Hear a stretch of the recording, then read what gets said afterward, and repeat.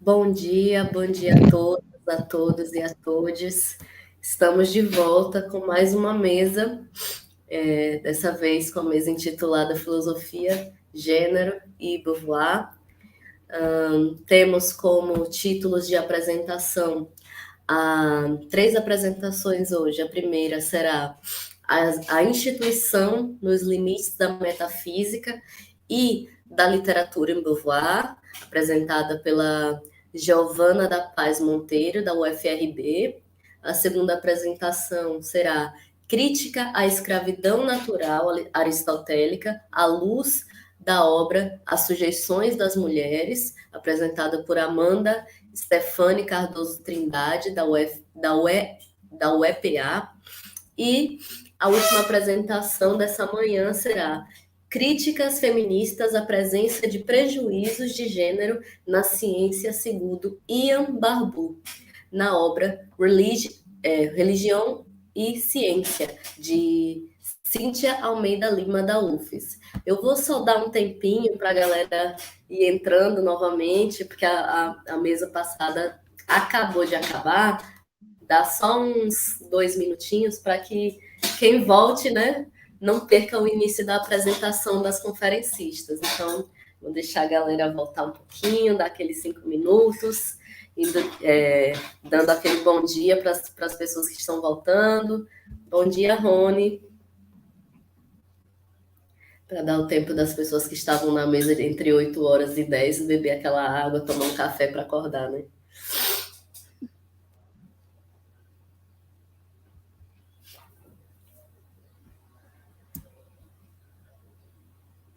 Lembrando que a lista de presença encontra-se sempre na descrição desse vídeo e que ela se encerra após o encerramento da mesa. Então, fiquem atentos. Bom dia, Solange. Solange que está acompanhando o nosso evento assim, ferrenhamente, de manhã aqui no remoto, de tarde à noite na UFES, com fôlego de milhões.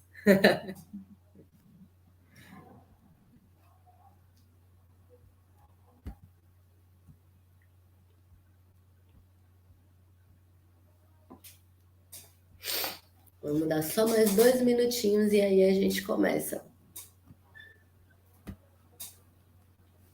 Minha voz já tá falhando também. Eu tô cansaço batendo no último dia do evento. Minha voz já tá falhando.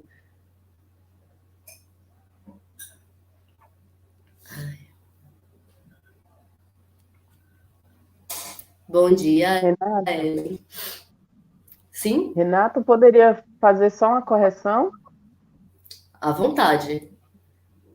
O título da minha apresentação é Intuição nos Limites da Metafísica e da Literatura, ok?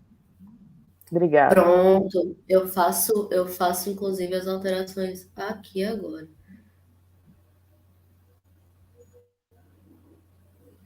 Não aparece em Beauvoir. Essa é a correção?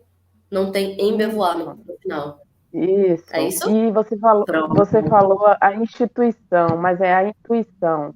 E não tem Ah, Beauvoir no tá. título Ah, também. tá. Ah, tá, entendi. Só foi uma leitura, foi a minha leitura. Ah, entendi. Tá certo. Obrigada. Nossa, quem se desculpa sou eu. Então vamos lá.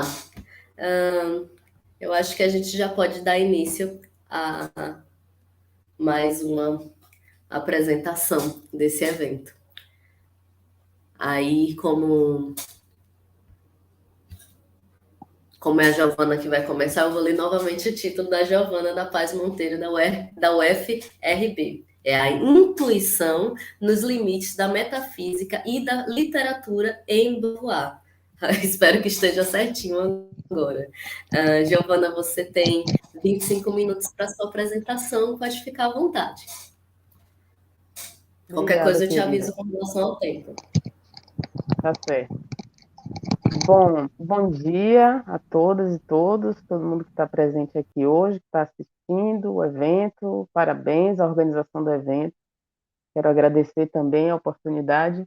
Eu sou a professora Giovana Monteiro, da Universidade Federal do Recôncavo da Bahia, e vou apresentar o trabalho intitulado A Intuição nos Limites da Metafísica e da Literatura. Aparece no título aí Beauvoir, porém o trabalho ele é concentrado não só em Beauvoir, mas também no pensamento do filósofo francês Henri Bergson, e com algumas considerações também sobre um conto específico da escritora brasileira Conceição Evaristo. Vou passar a leitura, porque são 8 páginas, então para a gente não passar do tempo. Pretendemos averiguar aqui aproximações possíveis entre metafísica e literatura sob o prisma da intuição. Tomaremos por diretriz a crítica do filósofo francês Henri Bergson, a rigidez conceitual a qual teria se apegado a filosofia ao longo de sua história, em detrimento de possibilidades outras de discursos filosóficos mais fluidos e afeitos à expressão da realidade em duração. Uma metafísica como a bergsoniana, análoga à que defendeu a filósofa Simone de Beauvoir no ensaio Literatura e Metafísica, viu na expressão metafórica uma saída para a dificuldade encontrada pela tradição de expressar o real em sua concretude singular, temporal. É essa metafísica do movente o que prepara o pensamento bergsoniano, mas não obstante a história da filosofia clássica, para sua efetivação seria necessária uma nova metodologia. De modo bastante próximo ao discurso bergsoniano, no ensaio publicado no livro O Existencialismo e a Sabedoria das Nações, Beauvoir nos diz que o romance metafísico é capaz de ultrapassar o símbolo linguístico e expressar a existência de maneira precisa, embora o faça ainda por meio de palavras. É justamente essa capacidade de dizer mais do que se expressa simbolicamente que faz da metáfora literária e da arte em geral amigas da intuição, ou melhor, da possibilidade de sua sugestão, de um verdadeiro pensar em duração. Através de Bergson e Beauvoir, pretendemos mostrar que a arte, mais especificamente a literatura, possui o privilégio de desvelar a experiência humana de um modo que a filosofia, mediada por conceitos estáticos, nem sempre foi capaz de fazer. Traçaremos, então, um paralelo entre a discussão elaborada por Beauvoir em Literatura e Metafísica e as concepções de Bergson acerca do que esse entendeu por intuição filosófica. Veremos como a ideia beauvoiriana de romance metafísico expressa uma intuição genuinamente bergsoniana ao permitir a prática de uma forma de discurso filosófico através da literatura, ou seja, ao sugerir experiências profundas, sem, no entanto, lançar mão da mediação do conceito analítico. A exemplo de expressão literária intuitiva, tal como almejamos descrever aqui, faremos também uma interpretação particular do conto O Cooper de Cida, da escritora brasileira Conceição Evaristo. Nesse conto, a escritora nos coloca em contato com a temporalidade em 2 registros inteiramente distintos, um quantitativo, superficial, e outro qualitativo, profundo. Sendo assim, para além de aprofundarmos conceitos filosóficos complexos, buscaremos fazê-lo na imersão de uma fruição estética literária. O tema da intuição na obra de Bergson aponta imediatamente para o problema da possibilidade ou impossibilidade do discurso filosófico. Sendo a intuição, antes de tudo, uma experiência inefável, um contato simpático com o fluir genuíno da duração, a expressão de tal experiência estaria, a princípio, vedada ao discurso verbal. Restaria à linguagem, verbal ou imagética, recuperar um poder de sugestão que, embora sempre se dê por formas determinadas, consiga romper a cristalização que a palavra, mas também a imagem, naturalmente encerram. Não caberia à filosofia, contudo, vestir-se de poesia, aderir ao discurso poético em detrimento dos conceitos. Caberia antes inspirar-se da metáfora poética e literária para, a partir daí, encontrar formas de expressão que não matem por completo o que só um ato de intuição faria ver. Todavia, o filósofo e a filósofa lidam com a linguagem. Ela é seu instrumento, sua ferramenta básica de trabalho. E a linguagem, sendo o mais magnífico produto da inteligência humana, nos insere de modo perfeito no mundo da vida prática, nos coloca em condições elevadas de sobrevivência em relação às outras espécies. A linguagem nos constitui, nos humaniza, e para além da praxis, é também com palavras que formulamos ideias, conceitos, reflexões, que imaginamos, que fabulamos. Neste sentido, temos uma enorme dificuldade em mãos quando o objeto em questão, a linguagem, é a própria fonte de onde brotam os problemas ou falsos problemas com os quais a filosofia tem se emaranhado há séculos. Se tomamos, então, a intuição como pressuposto para o filosofar, e se assumimos que intuir é um mergulho em águas profundas, mergulho este que conceito algum jamais daria conta de traduzir, então, como filósofas e filósofos, assumimos uma profissão de risco. Nos lançamos na incerteza de encontrar meios para comunicar o que não pode ser absorvido imediatamente, mas no imediato, na coincidência de uma experiência íntima, quase mística, de intuição da duração. Sendo um pensador que dedicou a maior parte de suas reflexões à questão do tempo, compreendido como jorro de novidade, fluxo de criação contínua, Bergson defendeu a possibilidade de uma filosofia que fosse expressa de modo mais maleável, mais condizente com a própria experiência temporal, com seus múltiplos ritmos e graus de duração. Ao contrário de um discurso filosófico da tradição ocidental, que pensou a metafísica majoritariamente a partir da ideia de que para compreender o ser seria necessário afastar-se do sensível, enfim, do tempo, o filósofo francês acreditava que para atingir um contato efetivo com a duração e seu elan, não seria necessário transportar-se para outro suposto plano de realidade. Seria antes, pensando em duração, que se alcançaria uma visão completa do real, ou seja, intuindo. A intuição seria, portanto, essa experiência imanente do tempo, definida por vezes como uma simpatia, isto é, como uma coincidência, a simpatia pela qual nos transportamos para o interior de um objeto para coincidir com aquilo que ele tem de único e, por conseguinte, de inexprimível. Mas uma experiência de contato imediato com a realidade em seu fluir deve ser, por definição, inefável. Não se esgota ao tentarmos conceituá-la, traduzi-la.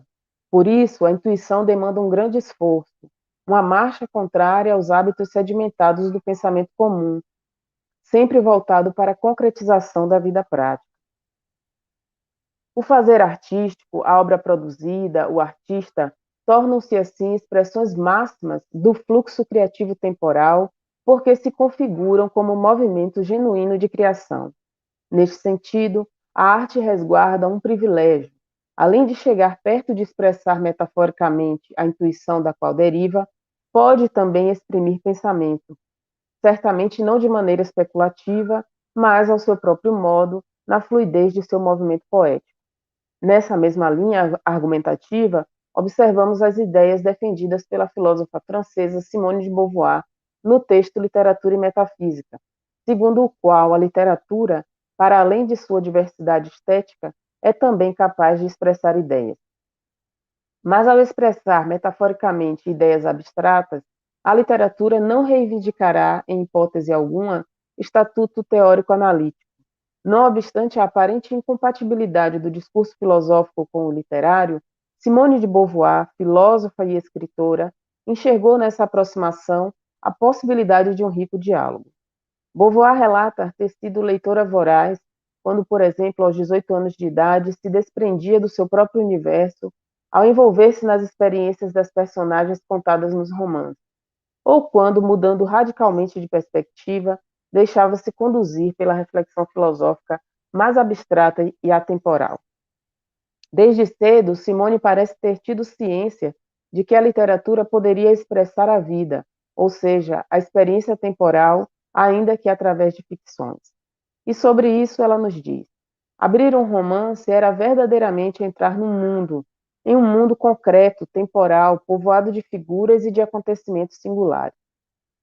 Por outro lado, a filosofia parecia lhe tragar para outro universo, para além das aparências terrestres, na serenidade de um céu intemporal.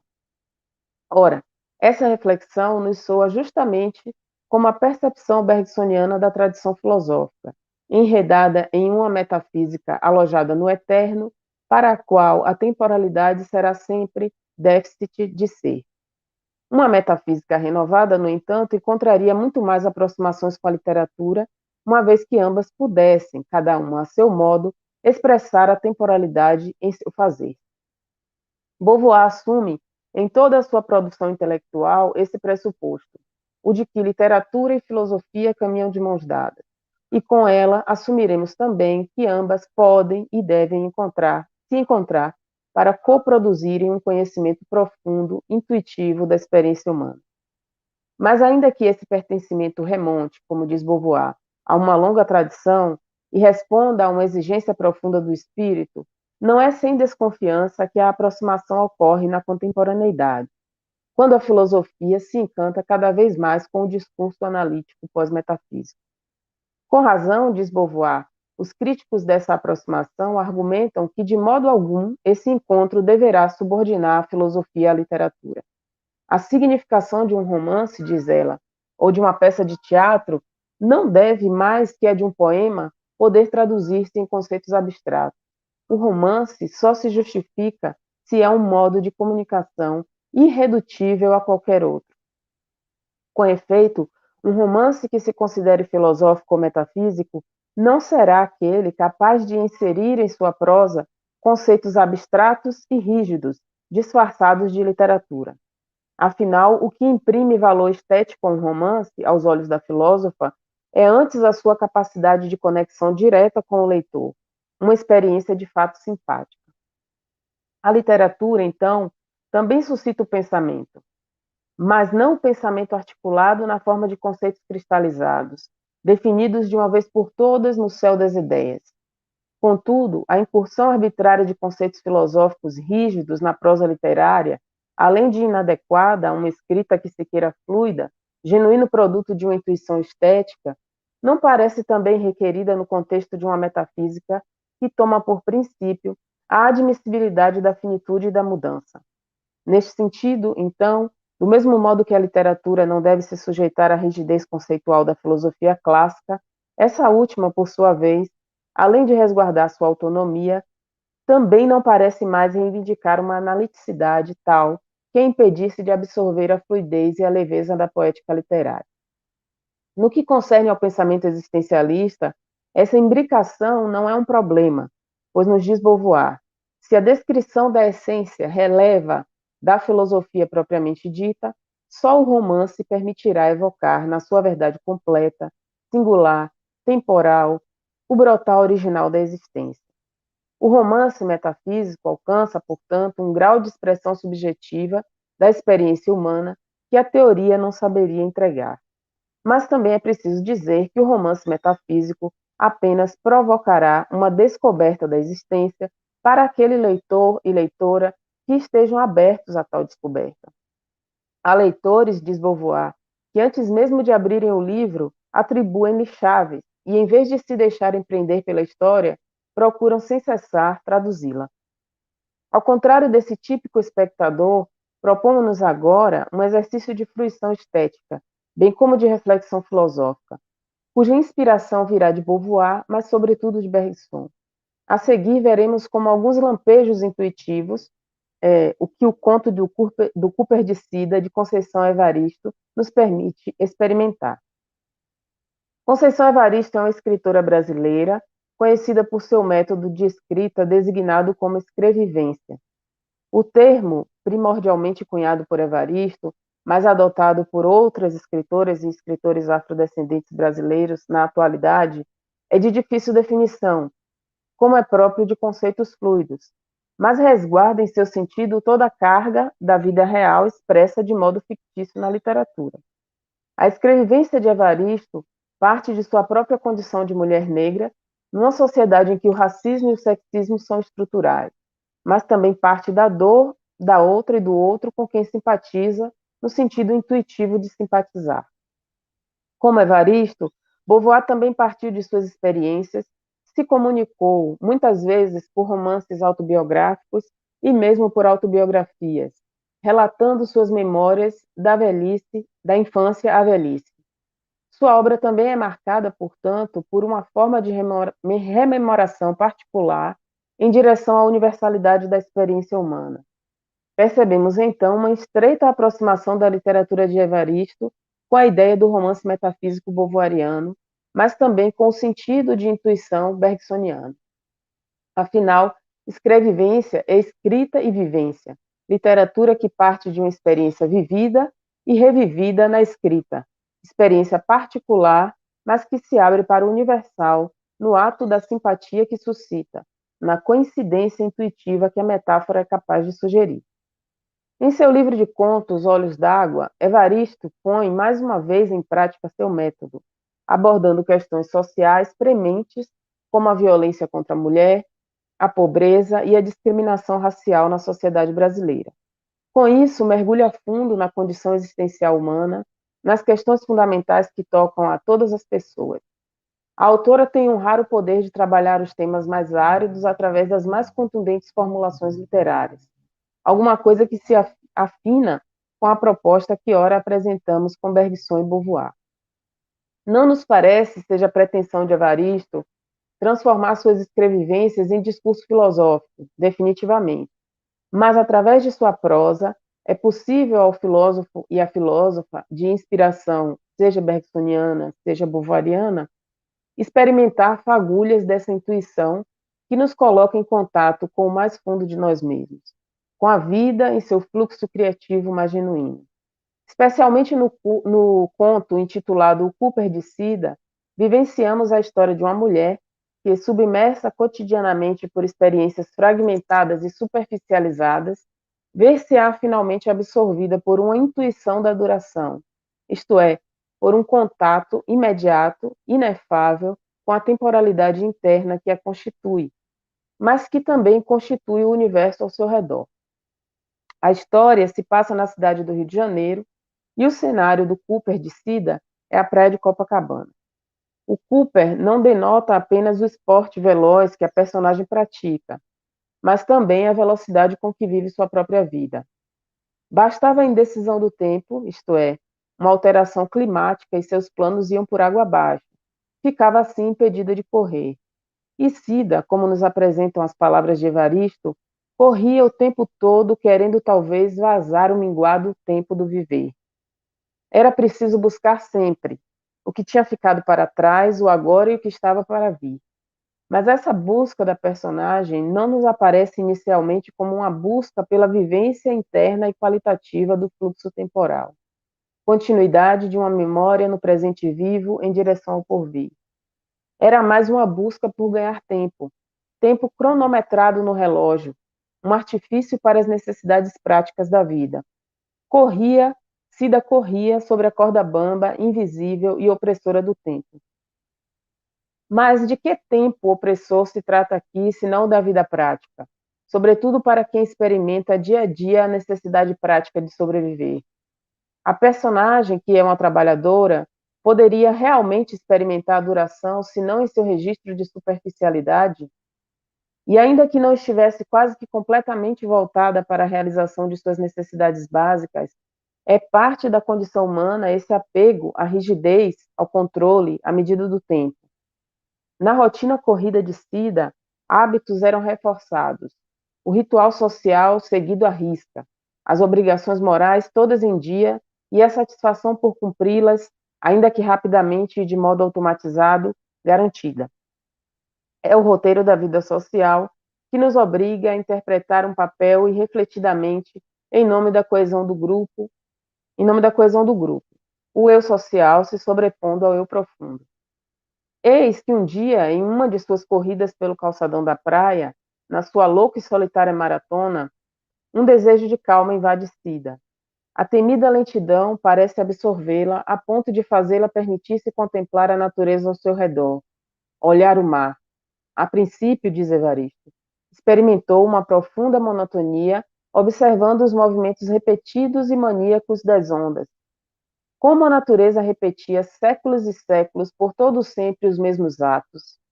O dia raiar, a noite cair, o sol, a lua. Sem se dar conta, eram seus próprios movimentos repetitivos que Cida percebia agora, tão previsível como os principais atos dela, levantar, correr, sair, voltar. Num lampejo de intuição, a mulher percebeu-se internamente a si mesma, sentiu seu corpo, deu-se conta de sua condição no mundo, era uma mulher, um ser humano. A autora demarca assim um momento de mudança na personagem, momento este que se confunde com o que Bergson tantas vezes tentou sugerir, ao tratar da percepção íntima de nós mesmos, da duração vivida, como escoamento contínuo de um ritmo temporal, de um fluxo múltiplo, mas ininterrupto de vida, de mudança. Já estou caminhando para finalizar.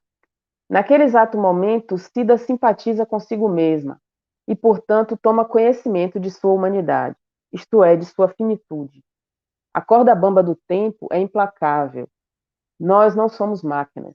Viver consiste nesse escoamento, que é enriquecer-se de experiências, mas é também, como nos diz Bergson, o desenrolamento de um rolo, pois não há ser vivo que não se sinta chegar pouco a pouco ao fim de sua corda. Desse modo, só agora a personagem de Evaristo toma consciência de que a medida do tempo não é o próprio tempo. A correria cotidiana não lhe acrescenta tempo algum, ao contrário, lhe rouba tempo qualitativo, tempo real. Mas a vida social rapidamente reivindica sua presença. Ela lembrou-se de que já passava da hora de voltar para casa. Era preciso continuar suas ações rotineiras, incorporar-se novamente ao cotidiano. Entregar-se a um ritmo mais lento de vida parecia agora a Cida um verdadeiro pecado. Perdera tempo contemplando o mar, observando as pessoas. Cida entendera finalmente que a vida também poderia seguir um ritmo mais distraído, não apenas um movimento atento, direcionado sempre a ações determinadas. Ao distrair-se da exterioridade opressora, poderia voltar-se um pouco mais para si mesma, mas também poderia compreender mais a fundo a duração ao redor e em toda parte. O conto finaliza, portanto, de um modo absolutamente bergsoniano, sem pretendermos forçar aqui a aproximação. É de uma percepção alargada, desinteressada que trata Evaristo, quando diz sobre a Cida renovada. Se distraíra, esquecera das horas. Ela ia dar um tempo para ela. É sobre isso de que trata o esforço filosófico para Bergson. Compreender a vida em seu ritmo interno, para além do engajamento com as obrigações da cotidianidade prática, intuindo esse fluir. Essa é, portanto, a superação da condição humana que a filosofia realiza e que dessa maneira a aproxima do fazer artístico. A literatura e a arte, de um modo geral, nos põem em contato com a vida de forma integral, numa emoção criadora, para usar a expressão bergsoniana. Como vimos ao longo dessa apresentação, intuir implica essa apreensão imediata e profunda do viver, muito embora se dê como experiência genuinamente inefável. Desse modo, o filosofar, a atividade que pretende ser uma busca pelo aprofundamento da compreensão de nossa existência, do outro e do universo em torno, deve empenhar-se num esforço intuitivo quase sobre-humano, uma vez que, enquanto humanos, estamos todos determinados por uma tendência intelectual subordinada à ação. O romance, assim como esse esforço propriamente filosófico de extrapolar a condição do homo faber, dá-nos acesso à expressão de múltiplas e densas experiências. O romancista será, portanto, capaz de nos sugerir, apenas com a riqueza de sua fabulação, aquilo que os conceitos não foram capazes de traduzir. Como afirma Simone de Beauvoir, o sentido de um objeto não é um conceito apreensível pelo entendimento puro. É o objeto enquanto se nos desvela na relação global que mantemos com ele e que é ação, emoção, sentimento. Como nos diz ainda a filósofa, falar do transcendente, mesmo que fosse para dizer que é inacessível, seria já pretender ascender até ele. Uma narrativa imaginária permite respeitar esse silêncio, que é o único adequado à nossa ignorância. Adotemos, portanto, a intuição como método, criemos conceitos flexíveis, pertinentes à fluidez da vida, pois tanto a filosofia quanto o romance só se reveste de seu valor, citando Beauvoir, e de sua dignidade, quando constitui para o autor, como para o leitor, uma descoberta viva. É isso, gente. Obrigada. Espero que eu não tenha passado do tempo.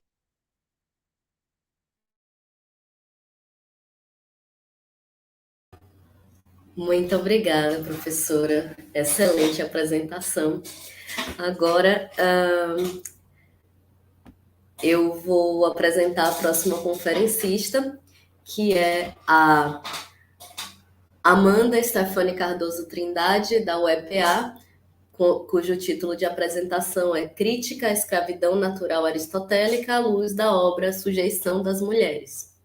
Vou colocar aqui em tela a Amanda.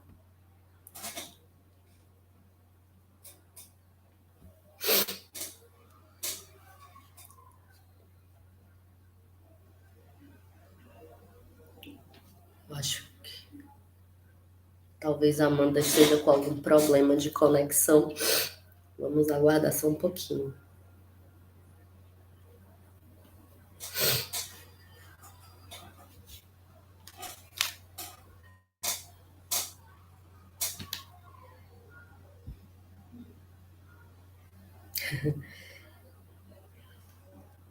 Cíntia, eu posso jogar a bola para você enquanto a Amanda resolve o problema de conexão dela?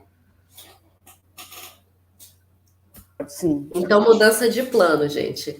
Vamos começar, vamos dar continuidade com a apresentação da Cíntia Almeida Lima, da UFES, cujo título é Críticas Feministas à Presença de Prejuízos de Gênero na Ciência, segundo Ian Barbour, na obra Religião e Ciência.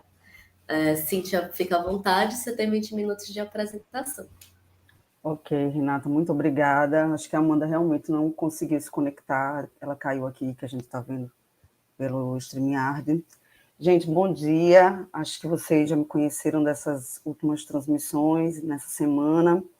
E eu trago essa comunicação que faz parte do meu objeto de pesquisa no doutorado, que traz a relação entre religião e ciência, como essa relação acaba sendo conflituosa em muitos momentos, né?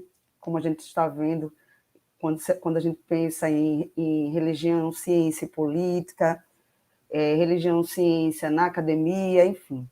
Então, especificamente essa comunicação é de um capítulo específico do Ian Barbour, nessa obra que Renata fez referência, Religião e Ciência, e eu vou iniciar a minha leitura e, caso vocês queiram, façam comentários, fiquem à vontade que eu estou aqui acompanhando pelo chat. Então, vou iniciar aqui a minha comunicação.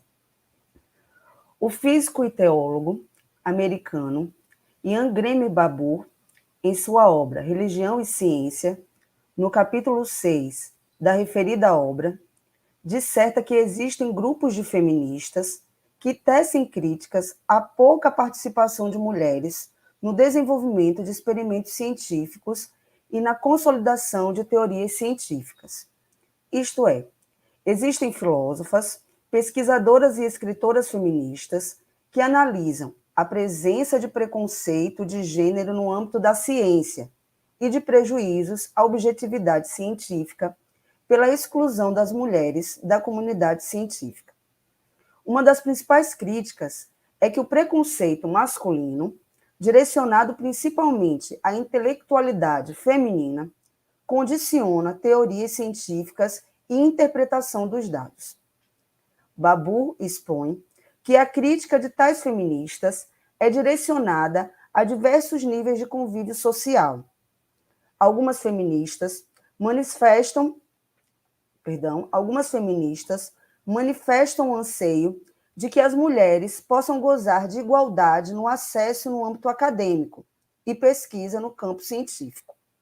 Elas analisam diferentes formas, algumas visíveis e outras ocultas, de discriminação no meio acadêmico e nas relações também de trabalho, bem como investigam de que maneira os preconceitos de gênero interferem na seleção de problemas da pesquisa, especialmente nas ciências biológicas e ciências da saúde. Uma dessas feministas, citada por Barbour, é a filósofa da ciência Ellen Elizabeth Longino. Aí eu peço para a Dalit colocar aí meus slides, por favor, Dalit, que eu gostaria que vocês fossem acompanhando. Pronto, então aí nesse slide está o título da minha comunicação, pode passar, Dalit, por favor. Então, uma dessas feministas citadas por Barbour é a filósofa da ciência Ellen Elizabeth Longino, a qual sustenta o entendimento de que a ciência, da maneira como é difundida em nossa cultura, no que se refere à seleção de problemas de pesquisa, de modelos e conceitos científicos, reflete as preferências de gênero, ou seja, do gênero masculino, o que afeta a prática científica e, consequentemente, o conteúdo das teorias científicas. Então, essa é a filósofa da ciência, a professora Ellen. Pode passar, Dalton.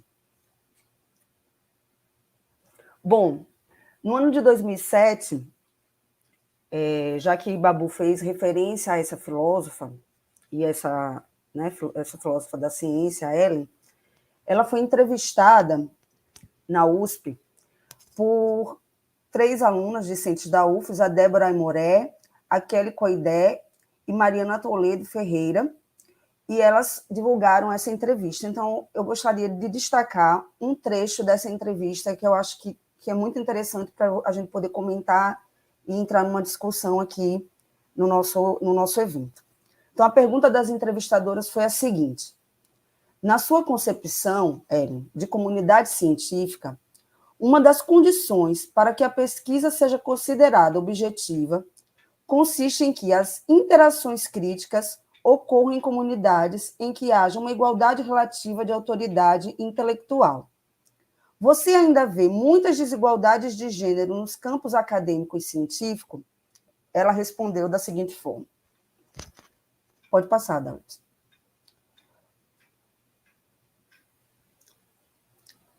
Vocês podem acompanhar a resposta dela. Com relação à primeira questão, sim. Há desigualdades de gênero, de classe e de raça. Penso que em diferentes contextos há esforços sendo feitos para superar essas desigualdades. Nos Estados Unidos, há esforços sendo feitos para recrutar para o mundo científico, acadêmico e intelectual as mulheres e os membros de minorias raciais que estejam em condições sociais desfavoráveis. Espera-se, com isso, superar essas desigualdades, mas elas continuam lá, apesar dos esforços. Algumas das desigualdades são produtos diretos da discriminação, mas também é uma questão mais complicada. E aí ela continua, pode passar os slides. Muitas mulheres que têm pensado sobre essas questões nos Estados Unidos indicam que o tipo de trajetória profissional ideal, passando pela graduação, pós-graduação, pós-doutorado, por muitos anos em laboratório, para então abrir o seu próprio laboratório, pressupõe o homem como norma. Todas as atividades dos sucessivos estágios exigem muito tempo, e muitas delas ocorrem em um ponto da carreira que é ótimo para ter filhos. Então, há um descompasso entre a suposição sobre quem está, de fato, vivendo uma carreira científica e a estrutura de vida de muitas mulheres. Pode passar.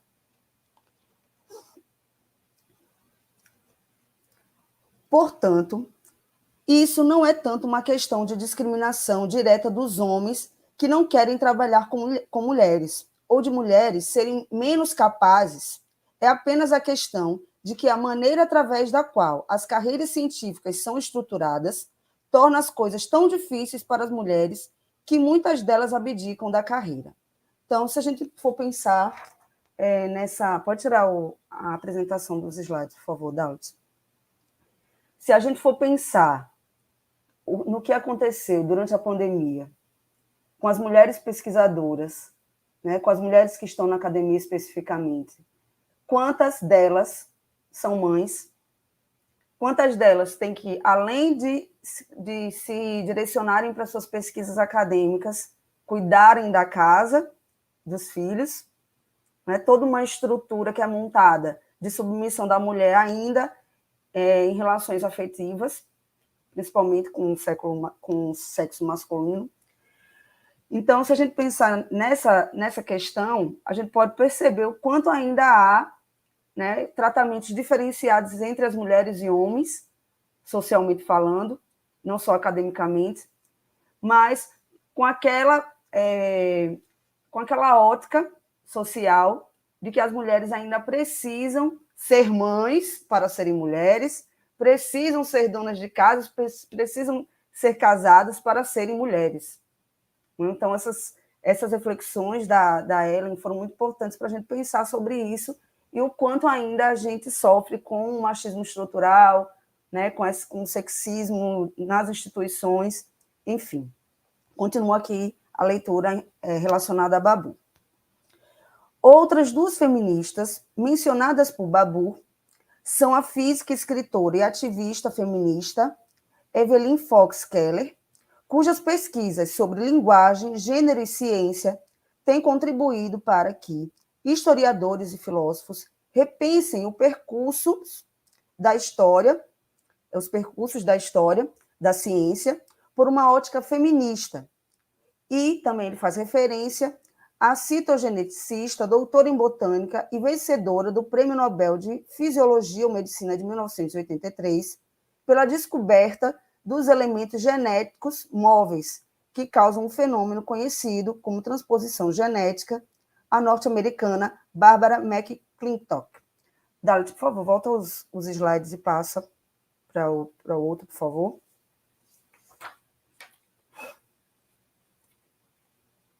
Pode passar.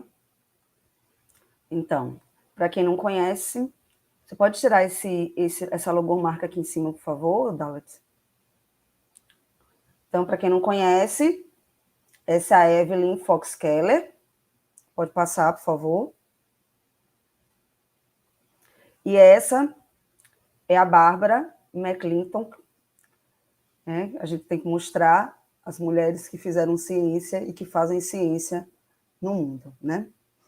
Então, pode tirar, Dalit, por favor. Então, a pesquisa de Fox e Keller tem como objeto o papel da linguagem na história da ciência e, mais especificamente, na genética e biologia molecular, questionando a linguagem científica tradicional. Ela busca evidenciar os desafios das mulheres frente à pesquisa científica predominantemente masculina e parte em defesa de uma ciência livre de gênero. Barbara McClintock buscou visualizar e caracterizar os cromossomos do milho, ou seja, apresentar o primeiro mapa genético do milho e, por consequência, descobrir o fenômeno da transposição genética a partir da identificação de genes saltadores ou da identificação de elementos genéticos móveis. Assim, de acordo com Babu, as referidas autoras feministas pleiteiam uma ciência livre de prejuízos relacionados ao gênero feminino, a ausência de mulheres na avaliação e consolidação de teorias científicas, ou liberta de preconceitos de gênero, considerando a objetividade científica com respeito às normas aceitas pela comunidade científica. Para as aludidas feministas, os preconceitos masculinos devem ser rechaçados da pesquisa científica, uma vez que têm como alicerce uma mentalidade patriarcal e, por essa predominância de homens em uma estrutura patriarcal e sexista, geram uma má ciência. Outras feministas reivindicam o desenvolvimento de uma nova ciência, qual seja uma ciência feminista, e rechaçam qualquer exigência de objetividade, como pertencente a uma ideologia marxista que a filósofa Sandra Hendig intitula de pós-modernismo feminista, e a descreve como um movimento ideológico cético em relação às reivindicações científicas por neutralidade de valor, racionalidade e objetividade. Então, Dalit, volta, por favor, à apresentação dos slides. Pode passar. Pronto, essa aí é a filósofa Sandra. Pode passar, volta um pouquinho. Volta um pouquinho. Pronto. Essa é a filósofa Sandra Hang. Não, isso aí, pronto. Gente, pode tirar, Dalit.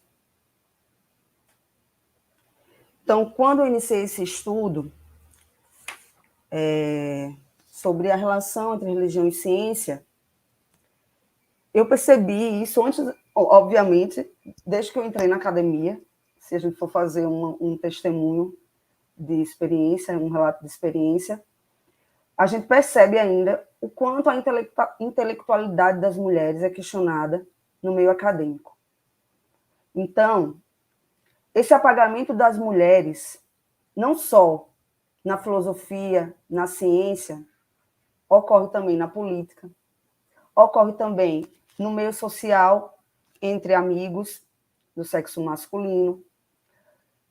Nós, enquanto mulheres, muitas vezes precisamos escutar piadinhas machistas em vários âmbitos sociais e ainda temos que rir na ótica de alguns, né, de alguns homens que ainda têm um pensamento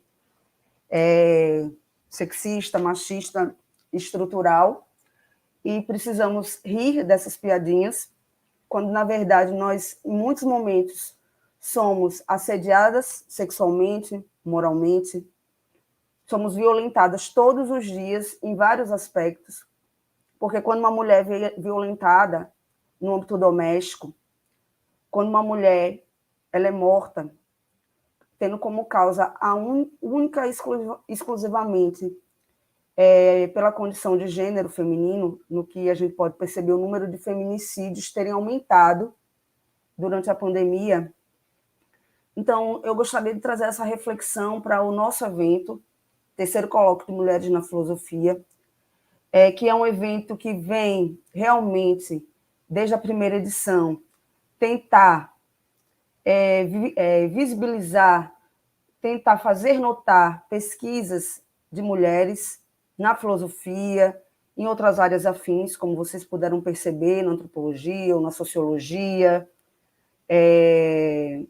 relacionadas à religião. Então, são questões que nós precisamos discutir dentro do meio acadêmico. Nenhum homem que tenha assistido esse evento venha me dizer: ah, não, mas isso é mimimi, nós não fazemos isso dentro do meio acadêmico. Nós respeitamos vocês intelectualmente. Essa reflexão precisa ser feita realmente. Vocês fazem isso, homens que estão nos assistindo, que estão dentro do meio acadêmico. Grande parte das pessoas que assistiram aqui são pessoas que estão envolvidas com pesquisa, com a ciência de alguma forma. Então, essas reflexões, elas precisam ser trazidas, sim, em um evento como esse, em um evento onde só tiver homens, em um evento na academia. E aí eu peço para a Dalit voltar aí os slides. Não pode passar, volta um pouquinho. Então, nós trazemos essa homenagem a essa cientista brasileira, a biomédica Jaqueline Góes de Jesus, que foi a cientista que liderou o primeiro sequenciamento genético do coronavírus, foi noticiado não só no Brasil, em todo o mundo. E essa mulher negra, uma mulher que provavelmente deve ter sofrido muitos preconceitos durante a vida dela, essa mulher precisa ser, sim, reconhecida pelo trabalho que ela fez e que teve impacto em toda a ciência, na ciência em âmbito mundial. Bom, então eu me sinto um pouco emocionada nessa última edição do evento, porque além dessa trajetória que foi feita com as colegas, as quais eu citei nominalmente na primeira mesa do evento virtual, do evento remoto,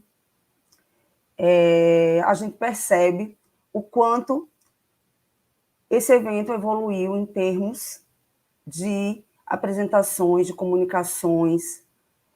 Nós tivemos comunicações excepcionais nessa edição. E eu gostaria que todos vocês que assistiram reflitam e que vocês busquem essa melhora do mundo. E não é um papo de alguém que é otimista o tempo todo, não. Se a gente ficar sempre pessimista em relação a tudo que acontece, né, na academia ou na política, a gente não sai do lugar.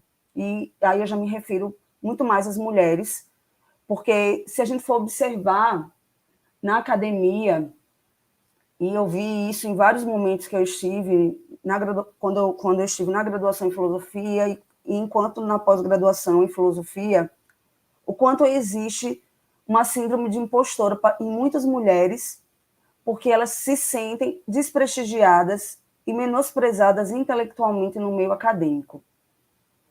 Então, eu trago essa reflexão, muito mais do que as opiniões de Babu, porque no final desse capítulo ele critica, obviamente, essas feministas e acredita que esse pensamento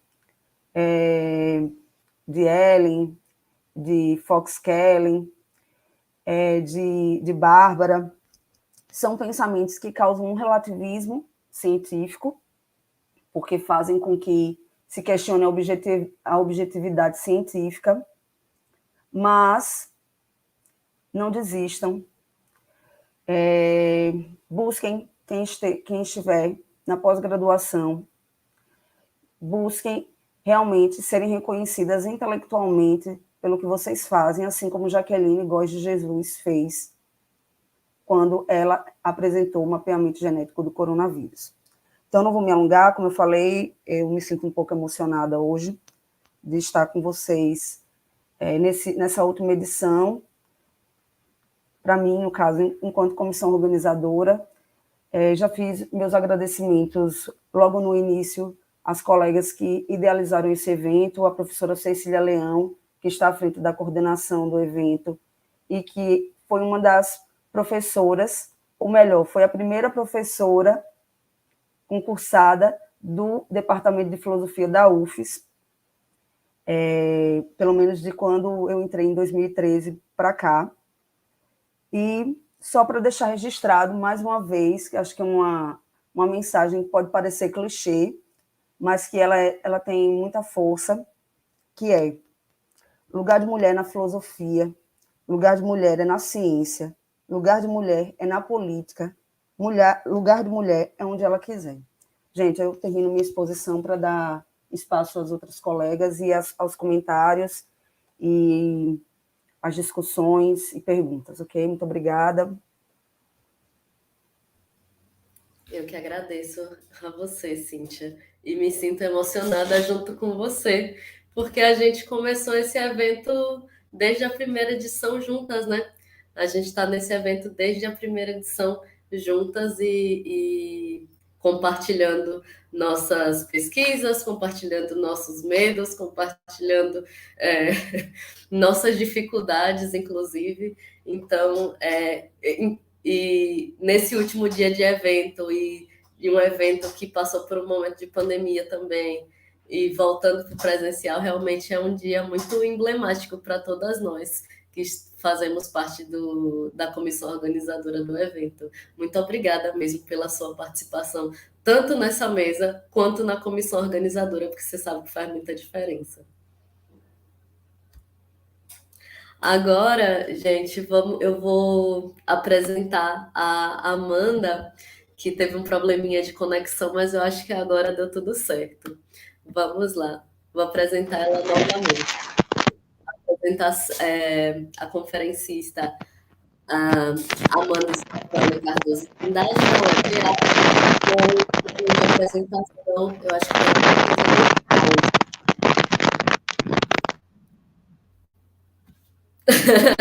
que com o título de apresentação,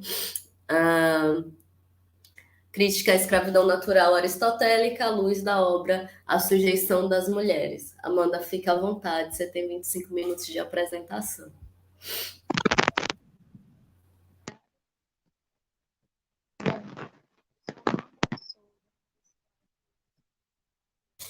Seu som não tá aparecendo, Amanda. Acho que tem algum ruído no seu fone.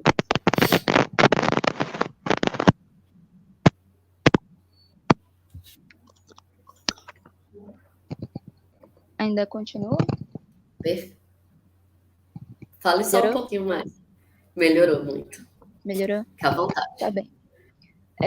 Eu sou da Universidade do Estado do Pará, a UEPA. Sou graduanda do 5º semestre e sou professora voluntária no cursinho alternativo, cursinho da UEPA. Bom, eu vou tratar aqui acerca da sujeição, a crítica à escravidão natural aristotélica, com base na obra A Sujeição das Mulheres, do utilitarista John Stuart Mill. Bom, o primeiro ponto aqui é que eu fiz uma divisão, então, entre a primeira parte, que vai ser uma contextualização da obra A Política, a qual trata a escravidão aristotélica, e também a sujeição das mulheres, do John Stuart Mill. Passando disso, será envolvida a problematização, as consequências dessa escravidão aristotélica, e o terceiro ponto é a quebra de paradigma. Então, a grande problemática com a escravidão natural se refere na política do Aristóteles, no primeiro livro, onde ele trabalha a escravidão natural como algo de predisposição dos indivíduos. Portanto, o Aristóteles vai trazer um pensamento de que a alma deve governar o corpo, bem como o senhor deve governar o escravo. E quem é esse escravo? Esse escravo, basicamente, é aquele que tem parcialmente o uso da razão.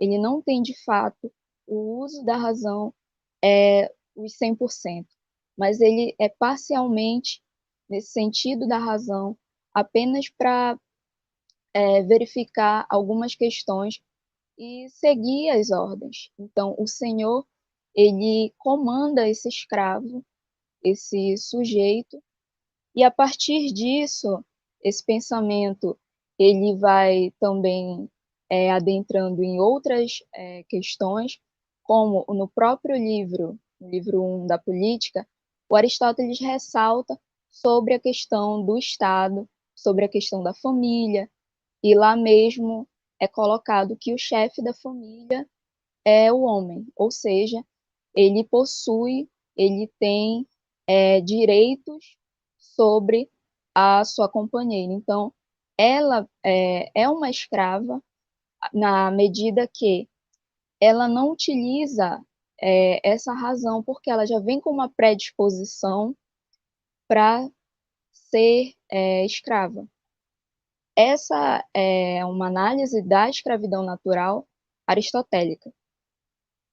Mas quando chega no século XIX, o John Stuart Mill, no contexto inglês, vai trabalhar ali com a questão do utilitarismo, vão ser feitas diversas críticas relacionadas a essa problemática do ramo conservador e também que vai dar margem a certos costumes, certos sentimentos.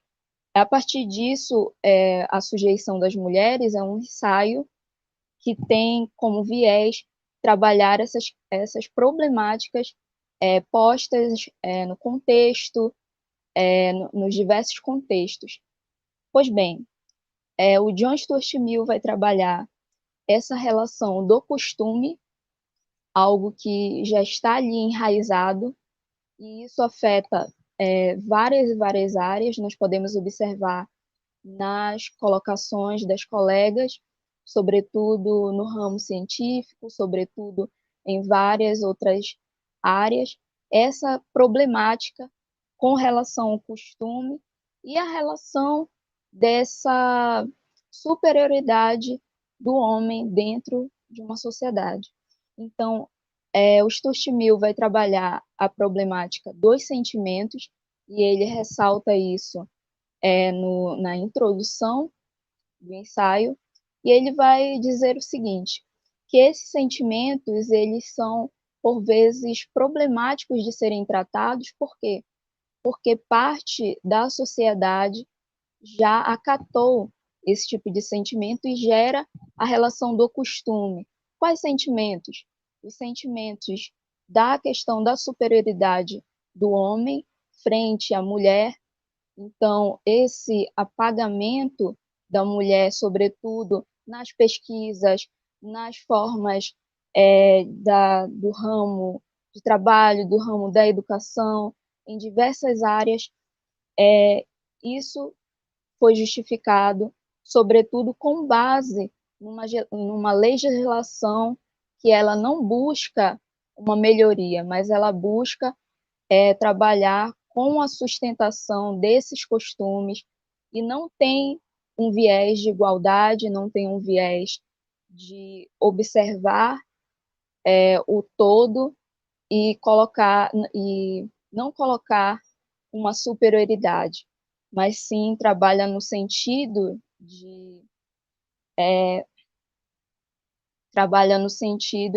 de perpetuar esses costumes.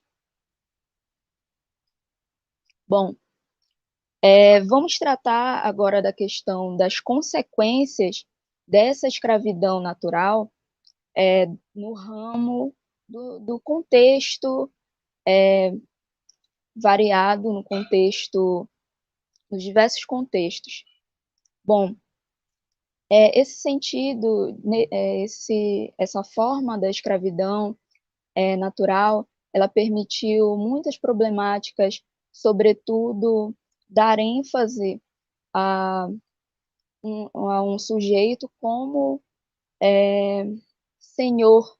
Então, essa problemática, ela atravessa contextos e nós podemos perceber que em vários contextos as mulheres, a imagem feminina fica muito tolhida dos seus direitos. Nós observamos aqui no contexto de Atenas, num contexto no qual a mulher não era considerada uma cidadã, portanto, ela não tinha nenhuma forma não tinha nenhuma garantia de direitos, não tinha uma forma de buscar falar sobre as problemáticas, não tinha participação e afins, e, portanto, elas não tinham voz naquele contexto. Em outros contextos, nós vamos ver isso muito forte, sobretudo no ramo da ciência, nós podemos ver muitas cientistas que ficaram apagadas e temos, sobretudo no ramo da química, a Marie Curie, que não teria destaque se não fosse o marido, se não fosse um homem ali para dar destaque à obra. Então, dar destaque à sua contribuição à ciência e, enfim. Bom, a partir disso, nós temos a mulher tendo esse pouco uso da razão, haja vista que no contexto, na questão da problematização da escravidão natural, ela só seria ali escrava, ou seja, para o Aristóteles, o que é esse escravo? O que é essa escrava?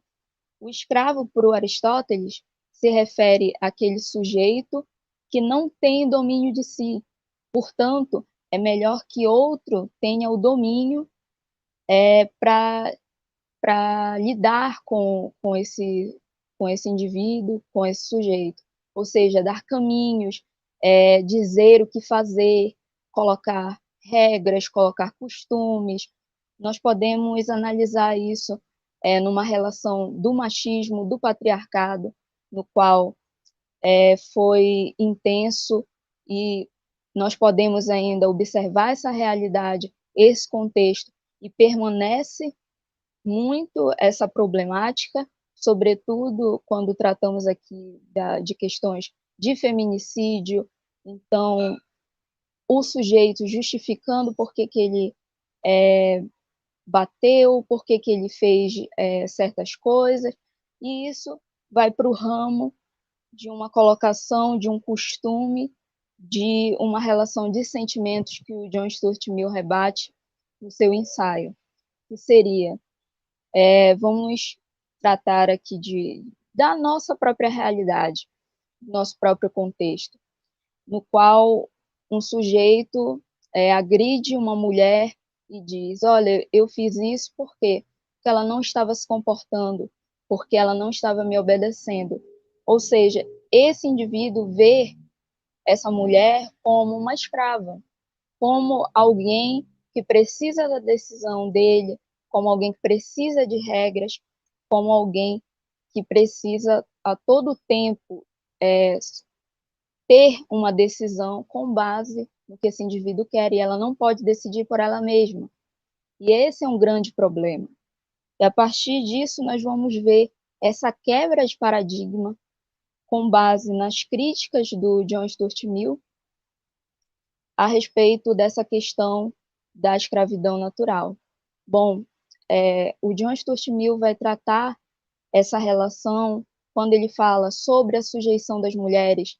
Ele vai dizer que é um termo em si que é errado, algo que foi ali imposto, foi colocado, algo que não teve um debate, não teve nada para dizer. Agora, a mulher, ela é inferior, sim, ao homem, ela vai ter que seguir regras em determinada sociedade, e é aquilo que ficar definido. Portanto, nós temos essa problemática intensa, e, nesse sentido, isso impede o desenvolvimento humano. O John Stuart Mill vai tratar isso, por quê? Porque é algo que vai impedir o sentido de que cria uma, perdão, que cria esse impedimento, e não uma certa igualdade, não uma valorização, e sim cria meios de que um é superior, a outra é inferior, e, portanto, não precisa de direitos, não precisa ter destaque, seja na ciência, seja em qualquer outro contexto. Bom, aqui eu já me encaminho também para a finalização da apresentação, pegando aqui um pouco das falas das colegas, sobretudo aqui destacando no ramo científico, no ramo acadêmico, que são vistas várias problemáticas, são vistas formas de apagamento, são vistas formas de violência, as demais formas possíveis dentro desse contexto, dentro dessa conjuntura. Bom, se tiver alguma pergunta, eu estou aqui à disposição.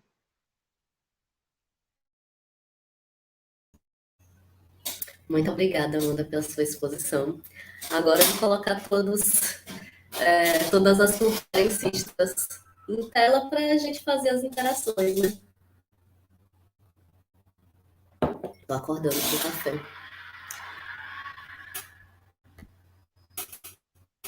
Tem alguma pergunta, né? Na verdade, tem várias. A gente vai colocando em tela e vai direcionando as pessoas. Acho que a apresentação de todas vocês geraram vários questionamentos ao longo das falas. Então, vamos lá. Deixa eu só acordar um pouquinho. Vamos lá. Colocar a partir das primeiras perguntas. Claro, durante a apresentação de todas, vocês tivemos comentários como esse, que apresentação bonita, parabéns, professora Giovana, pela fala, parabéns, professora. Temos alunas da professora Giovana aqui assistindo e gostando muito da apresentação. A Sueli vai nessa mesma esteira, parabenizando a professora Giovana, e aí a gente começa as perguntas a partir da fala da professora Giovana, né? Dalet pergunta: Giovana, enquanto pesquisadora em estética, Giovana, né? Ou a Dalet, né? Em Sartre, gostaria de saber o que Simone de Beauvoir pensava acerca das demais artes, se elas também teriam a mesma função do romance. Certo, obrigada. Posso responder, né? Pode ficar à vontade. Eu vou aproveitar a oportunidade para dar resposta da pergunta da Dalet. Obrigada, Dalet, para agradecer também as minhas alunas, minhas amigas, companheiras que estão aí assistindo, e agradecer também a vocês aqui por compartilhar a mesa. Eu gostei muito da apresentação das duas meninas, das duas colegas. Essas meninas que estão aí, Renata, falando do meu trabalho, a gente faz parte de um grupo, eu coordeno um grupo de estudos aqui na UFRB, chamado GENFIL, que significa Grupo de Estudos Mulheres, Filosofia e Literatura. E essa semana a gente teve uma semana bastante intensa de atividades, fizemos encontros presenciais, fizemos café filosófico, e a gente está encerrando hoje a semana com chave de ouro aqui nessa mesa, compartilhando essa mesa com vocês. Então, eu fico muito contente de que elas possam estar participando também diretamente aqui e assistindo a fala de vocês nesse momento. Sobre a pergunta da Dalet, veja só, Dalet, o meu trabalho ele se aprofunda mais no pensamento bergsoniano. A Simone de Beauvoir é uma autora a qual eu tenho me aproximado bastante nos últimos anos, mas não sou especialista no pensamento dela. Mas com base no que eu já li a respeito das questões estéticas, a respeito da literatura, de como a literatura é fundamental para a expressão do pensamento beauvoiriano, eu posso te indicar um texto que talvez você conheça, que é um livro dela chamado A Moral da Ambiguidade. E na Moral da Ambiguidade ela fala um pouco dessas questões relacionadas à estética também, né? Um pouquinho, ela fala disso lá. E ela diz nesse livro, né, ela vai falar de que toda forma de expressão artística, seja a arte, a pintura ou qualquer outra, elas são movimentos em direção à autenticidade humana, né, em direção à liberdade.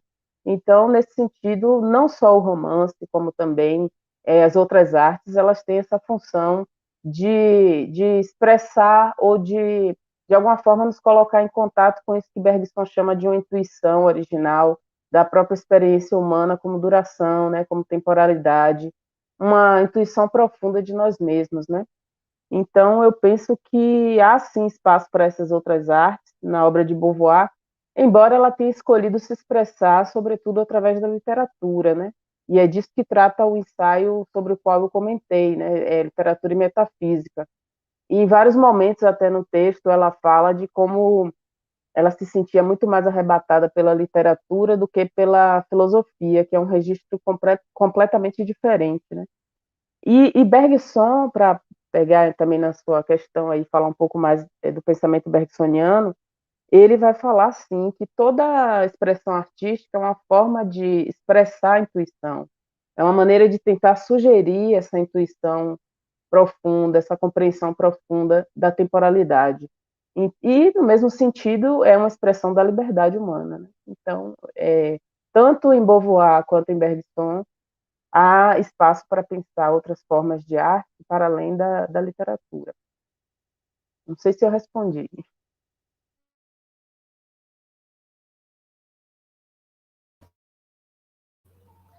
Meu áudio. Eu acho que respondeu, e se a Dalet tiver algum questionamento a partir da sua resposta, é só colocar nos comentários que eu leio novamente. Aí a Dalet tem uma pergunta para a Cíntia. Cíntia, qual a sua perspectiva enquanto mulher pesquisadora sobre o papel da religião como um determinante nas hierarquias de gênero na academia? Boa pergunta.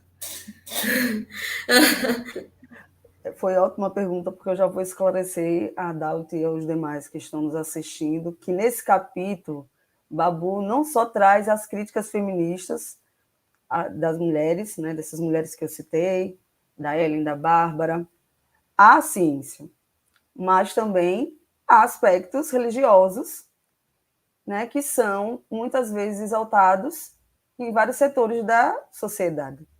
Então, não quis entrar nessa esfera, nessa minha comunicação, porque aí envolve muitas questões, né?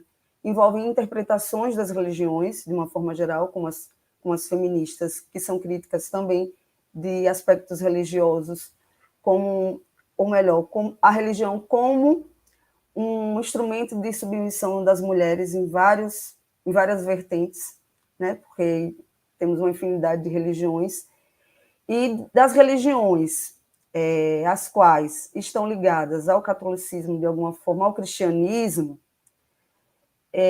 aí a questão do fundamentalismo religioso que ele traz, né, nessas críticas dessas feministas, e como isso interfere em várias esferas de poder. A gente está vendo isso hoje em dia, na política brasileira, onde se mistura política e religião o tempo todo. Só que não a religião que prega o amor, a compaixão, como Jesus nos ensinou, como elas falam, né, na Bíblia. Inclusive, ele cita, é muito engraçado que nessa parte que ele fala da relação entre religião, ciência e mulheres, ele fala que Jesus não era sexista. Prova disso foi quando ele... Né, aí ele coloca o exemplo. Prova disso são as referências a várias mulheres na Bíblia, inclusive como mulheres que tinham atitudes em relação a homens que tinham...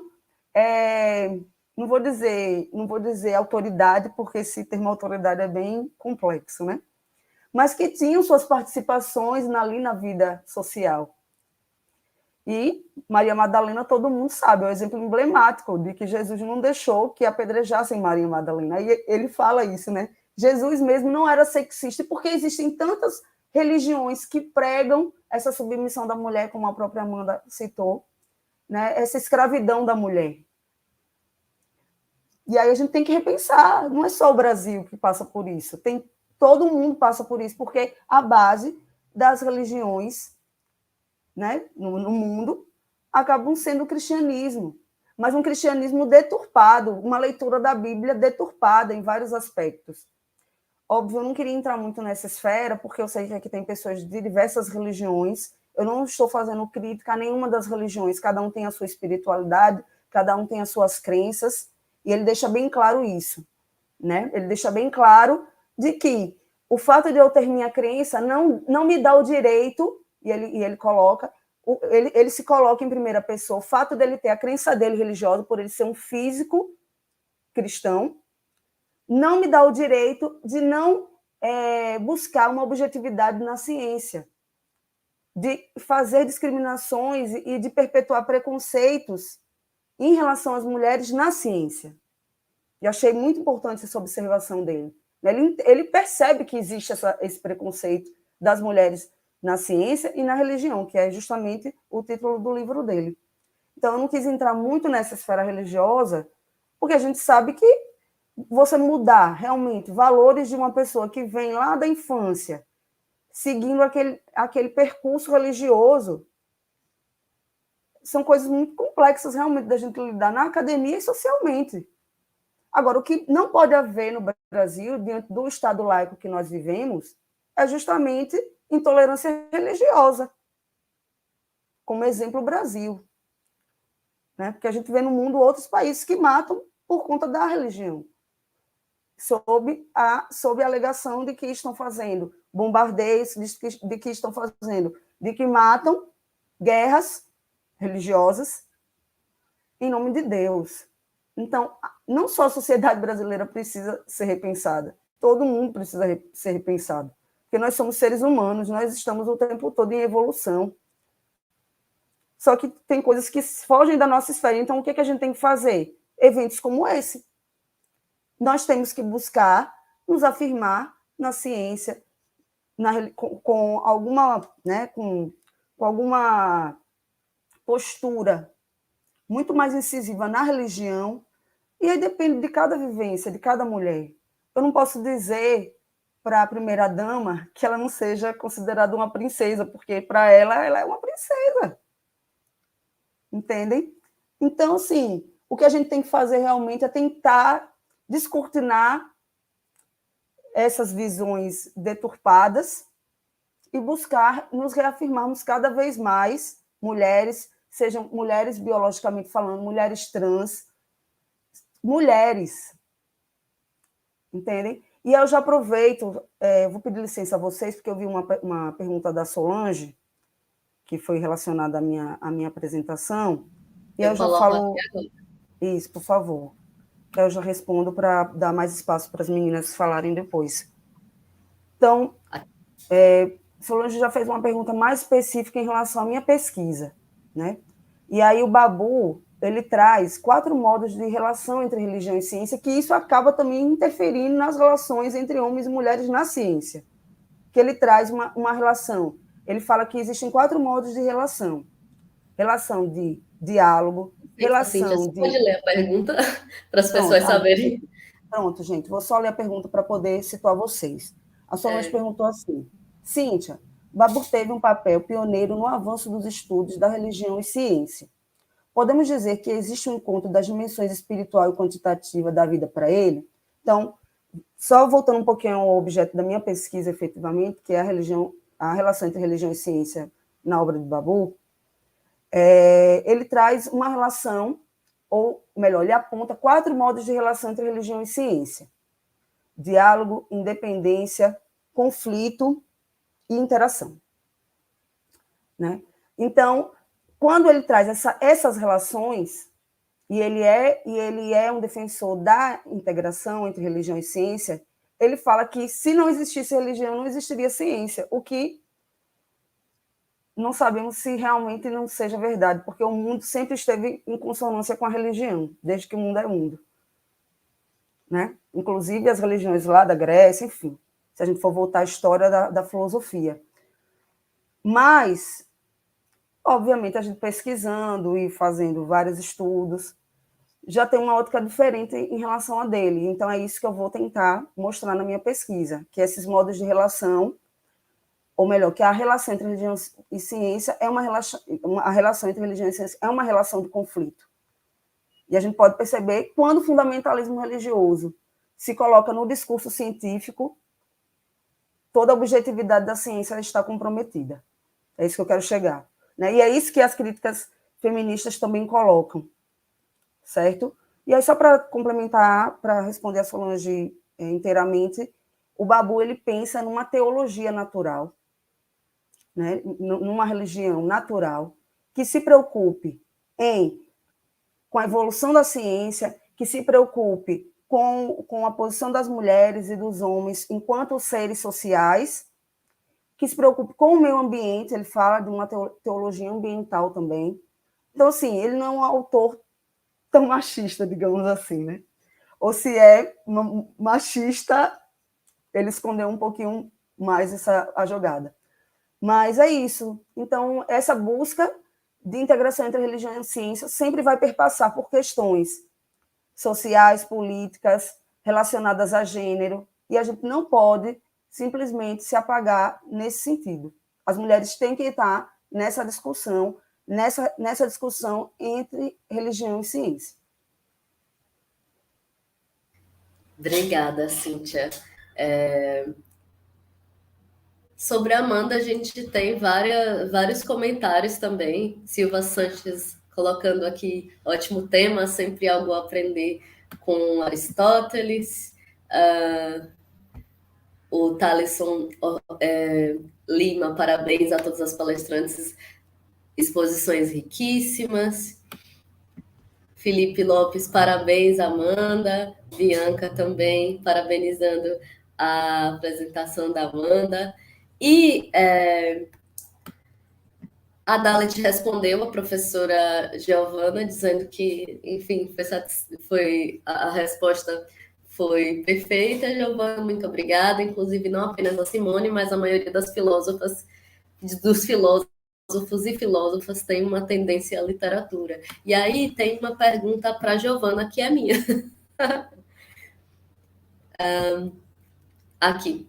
Amanda, poderia falar um pouco mais sobre a explicação aristotélica sobre a naturalidade dessa escravidão? O indivíduo escravizado nasce com ou sem alguma característica que o faz não ter o domínio de si? Porque eu coloquei essa pergunta porque você meio que denominou a escravidão a partir de Aristóteles como uma pessoa que não tem domínio de si. Aí quando você coloca a escravidão natural, eu queria saber se Aristóteles tem uma explicação que nesse sentido, que como é que essa pessoa, ou que característica essa pessoa tem ou não tem, para que ela não tenha domínio de si.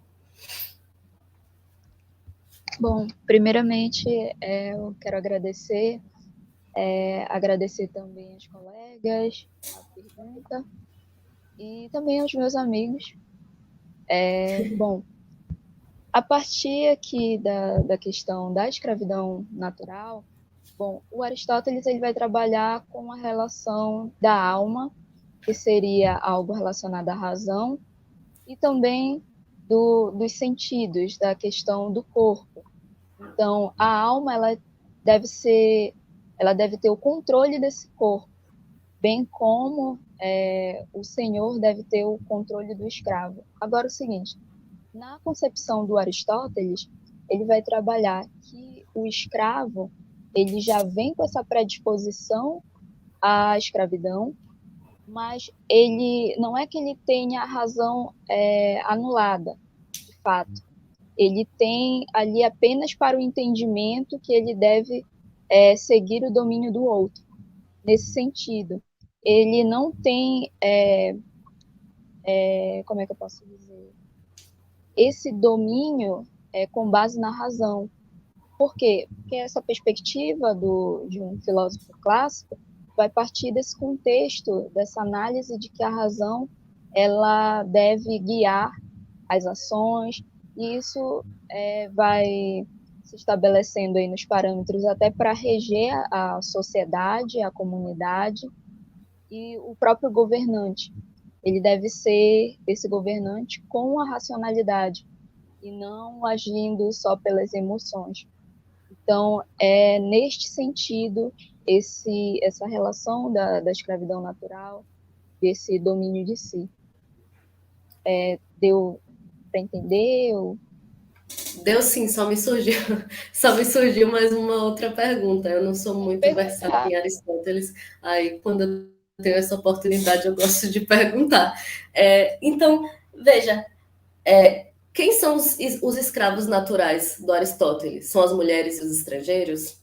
E aí, de onde é que ele tira esse domínio, digamos, esse domínio parcial da razão, ou seja, que essas pessoas que não têm o domínio de si têm um domínio da razão só no sentido de ser guiado por outra pessoa. Como é que ele, não sei se ele faz isso, mas se ele fizer, como é que ele faz esse tipo de argumentação, sabe? De onde é que ele tira isso? Bom, provavelmente observando o contexto daquele momento. E a segunda colocação é que tem algumas leituras que ressaltam que o Aristóteles ele é um tanto contraditório nessa relação da escravidão natural. Ele não tem uma ênfase, de fato, em explicar essa problemática dessa escravidão natural. Então, ele já pauta ali no sentido da política, que vai ser mais uma explicação de como reger a comunidade e afins. Então, ele vai trabalhar no sentido das famílias, ele vai trabalhar no sentido de que a mulher, pelo contexto de mundo grego, ela de Atenas, sobretudo, ela não é uma cidadã.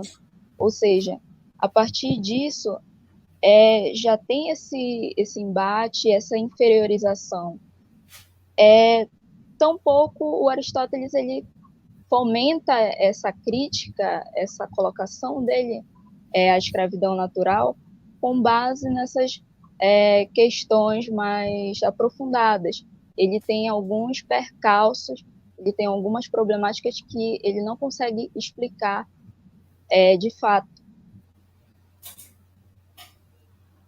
Entendi. Obrigada. Temos mais algumas perguntas. Acho que agora é do Alex Naldo Teixeira. Deixa eu colocar aqui. Vou colocar todas, porque é uma série de comentários e no meio tem uma pergunta. Eu vou ler todas para vocês. Cíntia, ao que parece, Babur faz uma crítica à epistemologia feminista pela sua parcialidade em advogar a posicionalidade dos sujeitos cognoscentes. E aí ele segue. Não seria o caso de, em contraposição a uma objetividade forte, assumir que uma visão parcial nunca está fechada, mas, como diz Confúcio, mente humana como paraquedas, fica melhor aberta? Gostei. E ele segue. Babu não estaria mais próximo ao posicionamento de Evelyn Keller, que critica os preconceitos e discriminações incorporadas na ciência? Segue. Sem descartar a possibilidade de manter critérios de objetividade na investigação científica e na produção do conhecimento?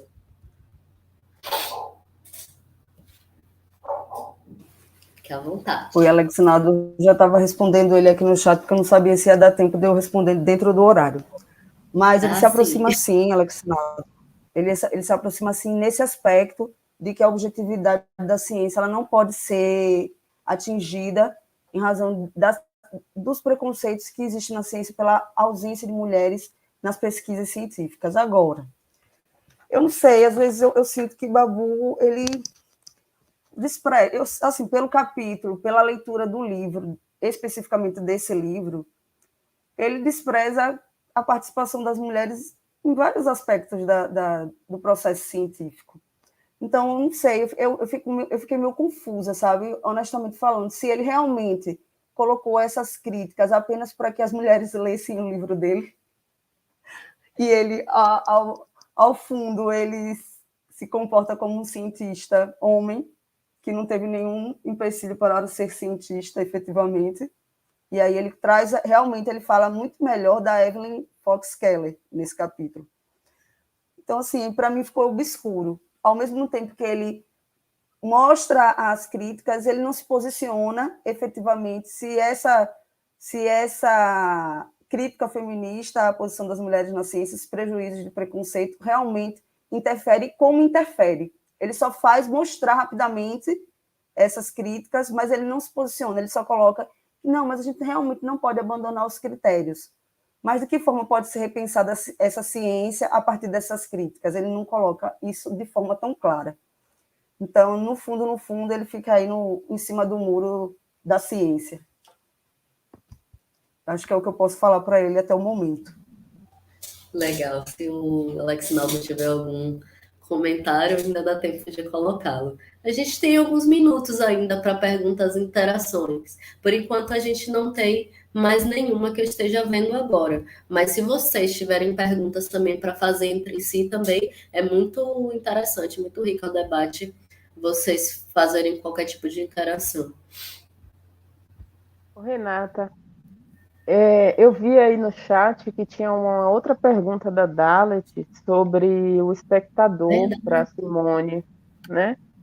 Eu acho que eu acho que na fala eu falei algo sobre isso, né? Sobre o papel do espectador. Mas tem uma citação dela, né? Ela pergunta qual a condição do espectador diante de uma experiência estética. Eu tenho a impressão, Dalet, que ela vai aprofundar isso nesse texto mesmo que eu havia te citado, né, da moral da ambiguidade.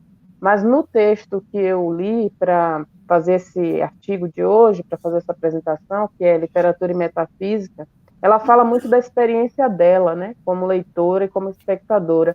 E por ser também uma autora de autobiografias, né, Simone escreveu as memórias dela da vida toda, né, da infância até a velhice. Ela vai falando dessa experiência dela com a literatura, de como a literatura arrebatava muito mais do que outras obras literárias, outros tipos de escrita, né? Sobretudo em relação à filosofia. Aí aqui no texto de 67, no Literatura e Metafísica, ela diz assim: abrir um romance era verdadeiramente entrar no mundo, um mundo concreto, temporal, povoado de figuras e de acontecimentos singulares.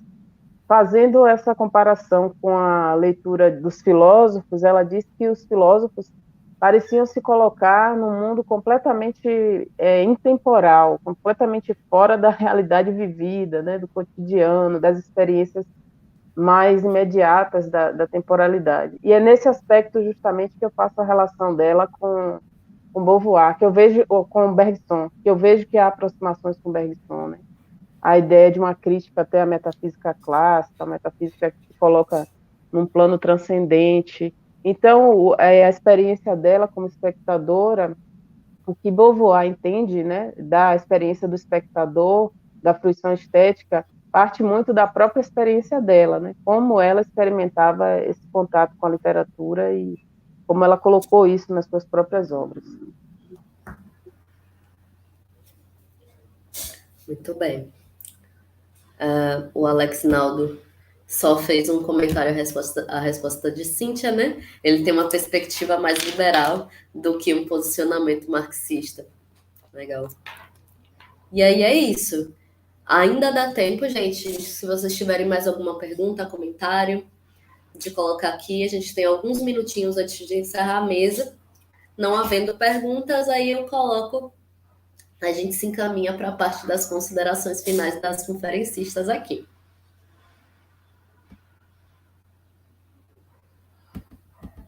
Bom, eu não tenho uma pergunta, eu tenho mais uma colocação acerca do tema tratado. E, bom, essa problemática da questão de uma sujeição, dessa imposição, que é ainda muito presente e muito forte em diversos setores, com base no que a colega Cíntia ressaltou sobre essa presença,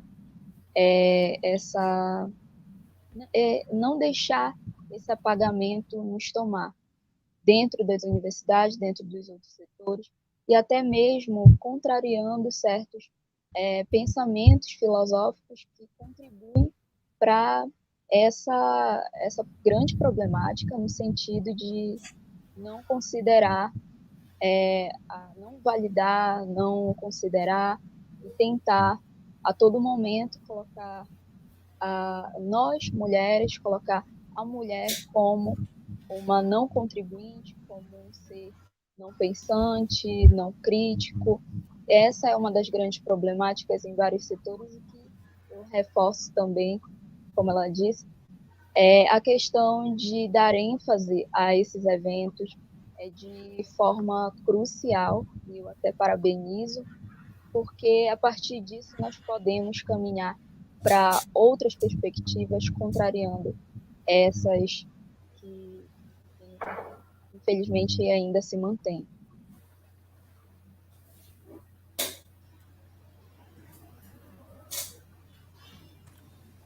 Giovana, você vai fazer suas...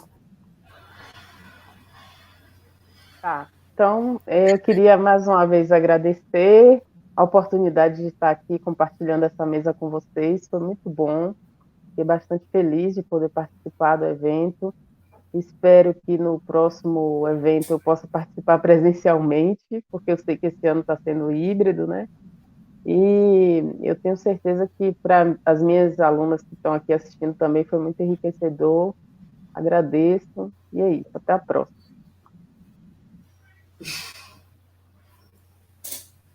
Pronto, posso falar, gente? À vontade. Eu já não gosto de falar.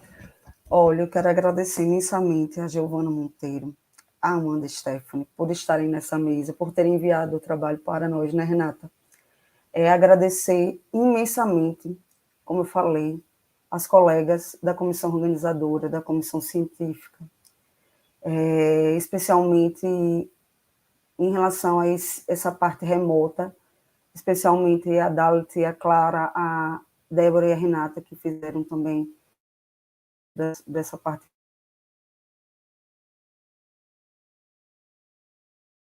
Estiveram nessas transmissões, que puderam nos prestigiar, que puderam colocar seus comentários e perguntas. Gostaria de agradecer especialmente, Renata já fez referência a ela, a Solange Almeida Lima, que é minha mãe, que é mestranda em filosofia também, nesse momento que eu estou também como pós-graduanda no doutorado em filosofia, e ela é uma das mulheres que me inspirou e que me inspira a estar aqui, porque ela é incrível. Minha mãe já se aposentou, está na flor da idade e continua produzindo conhecimento. Está fazendo mestrado em filosofia, está na graduação em espanhol na UFES. Então, para mim, realmente, é a mulher principal que me inspira. Eu só tenho a agradecê-la por estar presente aqui nesse evento e ter, como a Renata falou, ter participado de quase todas as mesas que eu não pude estar, porque eu estou trabalhando à tarde e à noite, realmente, às vezes eu tenho que fazer alguma coisa, mas ela está lá presente e me conta como é que foi, como é que está sendo. Isso é muito importante nessa interação e saber o feedback de como foi o evento. Então, só tenho a agradecer. Muito obrigada, viu, Renato, pela mediação dessa mesa, e que bom que nós podemos aprender juntas em mais um evento. Muito obrigada. Ai, muito obrigada. Só vou ler o último comentário aqui. Todo mundo está continuando comentando, agradecendo e parabenizando todas as integrantes dessa mesa. Só vou ler esse comentário aqui da Lídia, ou da Lila, que eu gostei muito. Ela falou: só agradecer, parabenizar a todas e dizer: indiquem literaturas de mulheres, textos, artigos, filosofias, como diz Carla Cotirene. Inclusive, eu usei Carla Cotirene na minha apresentação de quarta-feira no presencial. Vamos chamar as nossas para perto. E aí é isso, gente. Eu acho que é no espírito desse comentário que a gente encerra a parte remota desse evento, né? Eu acho que essa é a última mesa da parte remota do evento. Então, é no espírito desse comentário que eu digo: o evento acaba para a parte remota agora, mas temos as nossas redes, temos o nosso e-mail, justamente para que vocês nos enviem comentários, nos peçam bibliografia. Olha, vi a apresentação da Cíntia, você poderia contatá-la para ela enviar o texto dela de apresentação, porque eu fiquei muito interessada e gostaria de bibliografia sobre o assunto. Olha, eu vi o texto da Giovana, a gente pode... vocês podem fazer a mediação dessa comunicação para que eu possa ter o texto dela, para ter bibliografia, assim como a Amanda, assim como todas as pessoas que vocês viram durante a programação. O evento acaba aqui enquanto mesa, comunicações, mas a gente pode, ao longo do ano, enquanto a gente não faz um novo evento, fazer esse tipo de trabalho, né, junto com vocês, porque assim, o evento só acontece mesmo se vocês estiverem conosco e interessadas nessa temática que a gente se propõe a fazer desde 2019, né?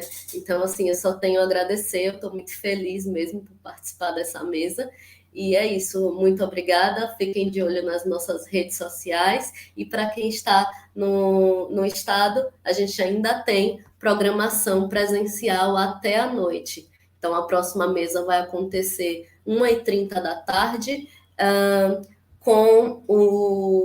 cuja temática é aristotelismo, gênero e antiguidade. Teremos outra mesa chamada Filosofia, Raça e Corporeidade, e a mesa de encerramento às 7h da noite na UFES, Filosofia e o Pensamento Decolonial. Só quero agradecer mais uma vez a todas, e muito obrigada, e boa tarde.